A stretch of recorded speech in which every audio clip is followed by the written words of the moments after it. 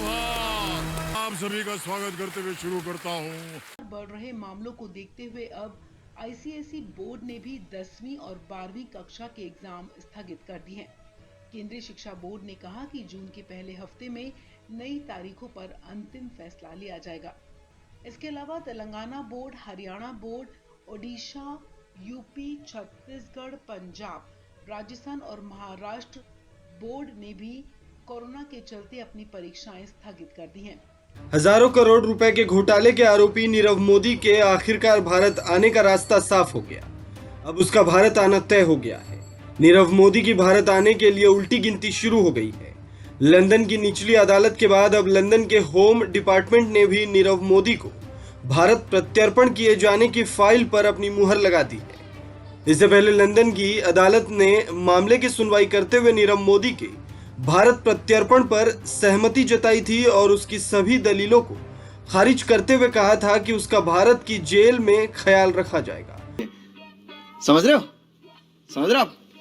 हो ना? कोरोना के कहर के बीच ऐसी तस्वीरें भी आ रही हैं जिसको कहा जाए कि हिला देने वाली हैं। ऐसी ही तस्वीर भोपाल से आई है, जहां एक साथ कई चिताएं जलती हुई दिखाई दे रही हैं।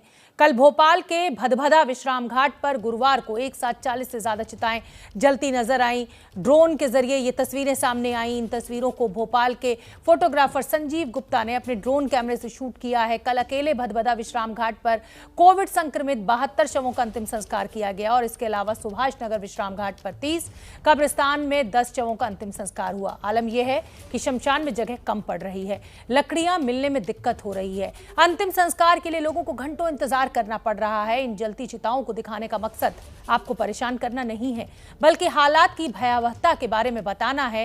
ये तस्वीरें कह रही हैं कि संकट के इस समय में सावधान रहने की जरूरत है। खुद बचिए, अपनों को बचाइए। आप कोरोना से बचने के लिए जरूरी उपाय जरूर कीजिए। मास्क लगाइए, सोशल डिस्टेंसिंग के नियमों का पालन कीजिए।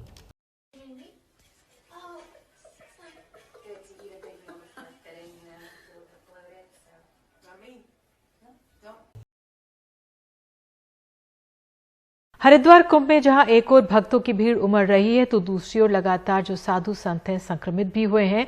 कुंभ में आज 24 साधु कोरोना संक्रमित पाए गए। अब तक कुंभ में शामिल हुए 54 साधु संक्रमित हो चुके हैं। गंगा में डुबकी लगाने के लिए अब भी भक्तों की भीड़ उमड़ी आ रही है। हालांकि कुंभ से कोरोना के मामलों में खासा उछाल दिख रहा है। चिंता की बात यह है कि कोरोना अब उन साधु संतों में भी फैल रहा है जिन्होंने 12 और 14 अप्रैल को शाही स्नान में हिस्सा लिया था। 30 साधु अब तक पॉजिटिव मिले हैं। हरिद्वार के सीएमओ के मुताबिक ये संख्या और बढ़ सकती है। कुंभ में तैनात स्वास्थ्य अधिकारी भी खतरे में हैं।